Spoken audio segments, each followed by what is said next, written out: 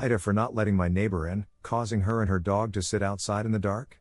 I, 32 have been living in the Oakwood apartments for about 2 years now. It's a decent place in a not so great part of town, but it's affordable and close to my work. The building itself is pretty secure, with a locked front entrance and a key fob system for residents. We're all required to carry our keys at all times, especially after 8 p.m. when the main entrance automatically locks for added security. For context, I work as a software developer, often pulling long hours from home. I'm also a proud dog dad to Max, a 3-year-old golden retriever who's been my faithful companion since I moved here. We have a routine, and I value our quiet evenings together after a long day of coding. Everything was going smoothly until about 3 months ago when a new tenant moved into the apartment directly below mine. Let's call her Sarah, late 20s. At first, I hardly noticed her presence, save for the occasional sound of her high heels on the hardwood floors. But that all changed about a month into her tenancy. It started innocently enough. One evening, around 9:30 p.m., there was a knock on my door. I opened it to find Sarah standing there, looking a bit sheepish. "Hi, I'm so sorry to bother you," she said, flashing a bright smile. "I forgot my key, and I can't get into the building. Could you let me in?" Being a good neighbor, I didn't think twice about it. I grabbed my keys and walked down to let her in. "No problem," I said. "It happens to the best of us. Just remember to take your key next time, especially after 8. The front door locks automatically." She thanked me profusely, and I thought that was the end of it. Oh, how wrong I was. A week later, it happened again. This time, it was closer to 10 p.m., and I was in the middle of a crucial debugging session. The buzzer for my apartment went off, startling both me and Max. I answered it only to hear Sarah's voice again. "Hey, it's Sarah from downstairs. I forgot my key again. Could you let me in?" I sighed, saved my work, and went down to let her in. As I opened the door, I noticed she had a small chihuahua with her this time. "Thanks so much," she said, barely looking at me as she brushed past. "I really need to remember that key." I wanted to say something, to remind her about the importance of carrying her key, but she was already halfway up the stairs. I shook my head and returned to my apartment, hoping this wouldn't become a habit. But it did. Over the next few weeks, it became increasingly frequent. Sometimes it was the buzzer, other times it was a knock on my window. I live on the ground floor. Each time, Sarah had some excuse about forgetting her key or leaving it inside. And each time, it disrupted my evening routine and agitated Max. After the 5th or 6th time, I decided to have a talk with her. I caught her in the hallway one afternoon and broached the subject as politely as I could. "Hey, Sarah," I began, "I don't mean to overstep, but I've noticed you've been forgetting your key quite often. Is everything okay?" She laughed it off. "Oh, yeah, I'm just forgetful sometimes. It's no big deal, right? You're always here to let me in anyway." I frowned at her casual attitude. "Actually, it is a bit of a problem. It disrupts my work and upsets my dog. Plus, it's a security risk for the building. You really need to make sure you have your key with you, especially after 8 p.m. She rolled her eyes. "Come on, don't be such a buzzkill. It's not like I'm doing it on purpose. And it's not that big of a deal to just open the door for me." I was taken aback by her dismissive response. "It is a big deal, Sarah. We all agreed to these rules when we moved in. Please make an effort to remember your key from now on." She muttered something under her breath and walked away, leaving me standing there, feeling like I was the unreasonable one. Despite our conversation, nothing changed. In fact, it seemed to get worse. Sarah started treating me like her personal doorman, expecting me to be at her beck and call whenever she decided to come home late without her key.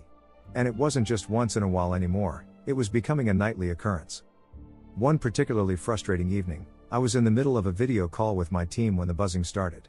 I tried to ignore it, but it was persistent. Then came the knocking on my window. Max started barking, and I had to mute myself on the call. I excused myself from the meeting and went to the window. Sarah was standing there, tapping on the glass with her perfectly manicured nails. "Hey, let me in," she called through the window. I opened it a crack. "Sarah, I'm in the middle of a work call. I can't keep doing this. You need to remember your key." She huffed. "It'll just take a second. Come on, don't be difficult." Reluctantly, I ended my call early and let her in, feeling a mix of frustration and guilt. This couldn't continue. The next day, I spoke with the building manager about the situation. He confirmed that Sarah had been warned multiple times about leaving the back door unlocked, something I wasn't even aware she was doing, and about the importance of carrying her key. He assured me he would have another talk with her. But even after the manager's intervention, Sarah's behavior didn't change. If anything, she became more entitled. She would stand outside, repeatedly buzzing my apartment and knocking on my windows, sometimes for up to 30 minutes straight if I didn't respond immediately. It all came to a head last night. I had just settled in for a movie night with Max when the familiar sound of Sarah's knocking started. I looked at the clock, 9:45 p.m. Right on schedule. I took a deep breath, trying to calm my rising anger. I had told her multiple times that I wouldn't be letting her in anymore. I had explained the rules, the security concerns, the disruption to my life. And yet, here she was again, expecting me to drop everything to cater to her irresponsibility. The knocking continued, followed by the incessant buzzing of my intercom. Max started whining, his ears perked up at the noise. I muted the TV and sat there, my movie forgotten as I wrestled with what to do. Part of me wanted to go down there and give her a piece of my mind. Another part wanted to call the police and report her for harassment. But a smaller, more spiteful part of me whispered, "Do nothing. Let her deal with the consequences of her actions for once." And so, I made a decision. I turned off my buzzer, closed the curtains, and gave Max a treat to calm him down. Then I unpaused my movie and tried to focus on the screen instead of the muffled sounds of Sarah's increasingly angry knocking. 15 minutes passed. Then 30. At the 45-minute mark, I started to feel a twinge of guilt. I knew it was dark outside. Our neighborhood isn't the safest after nightfall. It's not outright dangerous, but it's the kind of place where you'd rather not linger on the streets after dark. I peeked through the curtains. Sarah was sitting on the front steps, her small dog curled up beside her. She was on her phone, gesticulating wildly as she talked, or more likely, complained about me. I could hear snippets of her conversation through the thin glass. Such an asshole. Just sitting there. Can't believe. Like he's my dad or something. I retreated from the window, my guilt warring with my frustration. Yes, it was dark and a bit sketchy outside. Yes, she was a young woman alone with just her tiny dog for company. But she had put herself in this situation. She had been told countless times to carry her key. She had been warned by me, by the building manager, probably by other tenants too. At what point was I allowed to stop enabling her irresponsible behavior? As the clock ticked past 11 p.m., my resolve began to crumble. Despite everything, I couldn't shake the nagging feeling that I was being cruel. What if something happened to her out there? Could I live with myself knowing I could have prevented it? With a heavy sigh, I got up from the couch. Max perked up, sensing we were about to go out. I grabbed my keys and headed downstairs, mentally preparing myself for the confrontation to come. As I opened the front door, Sarah's head snapped up. For a moment, I saw relief in her eyes, quickly replaced by anger. Finally, she snapped, standing up and brushing off her clothes. "Do you have any idea how long I've been out here? It's freezing." I held up a hand, cutting off her tirade. "Sarah, stop. This is the last time I'm doing this. Do you understand? The last time." She rolled her eyes, trying to push past me into the building. I stood my ground, blocking the entrance. "I'm serious," I continued, my voice firm.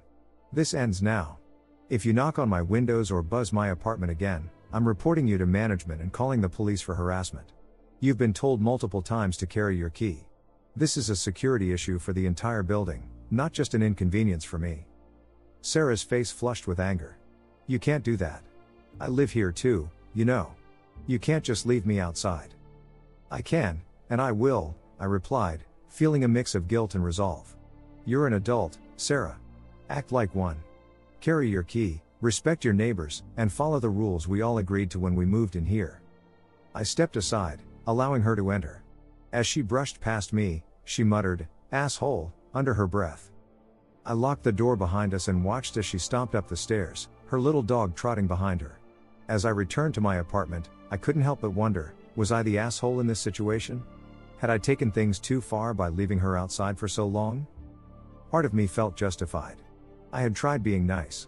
I had explained the rules multiple times. I had even involved building management. Sarah had consistently ignored all attempts to resolve the situation amicably. Maybe this harsh lesson was what she needed to finally take responsibility for herself. But another part of me felt guilty. It was late, dark, and not the safest area. As annoying and entitled as Sarah was, did she really deserve to be left out there? What if something had happened to her? As I settled back onto the couch, Max curling up beside me, I couldn't shake the feeling that this wasn't over. Sarah didn't seem like the type to let this go or to learn from the experience. I had a feeling I'd be dealing with the fallout from this for a while to come. I picked up my phone, opened the Reddit app, and started typing, Aita for not letting my neighbor in, causing her and her dog to sit outside in the dark. As I hit post, I couldn't help but wonder what the internet would make of my dilemma. Was I justified in my actions, or had I crossed a line? Only time, and the brutal honesty of internet strangers, would tell. Edit, wow, this blew up overnight. Thanks for all the responses. I've read through many of them, and I appreciate the different perspectives. To address some common questions and provide an update. 1. Yes, I've spoken to building management multiple times about this issue. They've warned Sarah, but so far haven't taken any serious action. I'll be following up with them again today. 2. No, I don't have her phone number, and I'm not comfortable giving her mine. Given her behavior, I don't want to open up another avenue for her to harass me. 3. To those suggesting I change my buzzer sound or disconnect it, I can't. It's a building-wide system, and I'm not allowed to tamper with it. 4. I appreciate the concern for Sarah's safety, and I share it to some extent. However, I want to clarify that while our neighborhood isn't great, it's not a war zone. There are still people around, and it's well lit. The shadiness is more about petty crime and noise than violent crime. 5. For those asking about cameras, yes, there are security cameras at the entrance. I'll be requesting that management review the footage of Sarah's repeated attempts to get in without her key. Now, for the update. This morning, I ran into Sarah in the hallway. I expected her to be angry, but instead, she looked sheepish. She actually apologized for her behavior last night and admitted that she had been taking advantage of my kindness. She explained that she'd been leaving her key with her boyfriend, who often stays over but works late shifts. Apparently, she thought it was easier to just knock and have me let her in than to coordinate key handoffs with her boyfriend. I explained again why this was unacceptable, and she seemed to finally understand. Sarah promised to get an extra key made today and to stop treating me like her personal doorman. She even offered to buy me a coffee as an apology. I accepted her apology but declined the coffee. I think it's best we keep our relationship strictly as neighbors. I'm cautiously optimistic, but I'll believe the change when I see it. I've made it clear that if this happens again, I will be escalating it to management and potentially the authorities. Thank you all for your input and advice. It's given me a lot to think about, and I feel more confident in setting and maintaining boundaries with my neighbors in the future.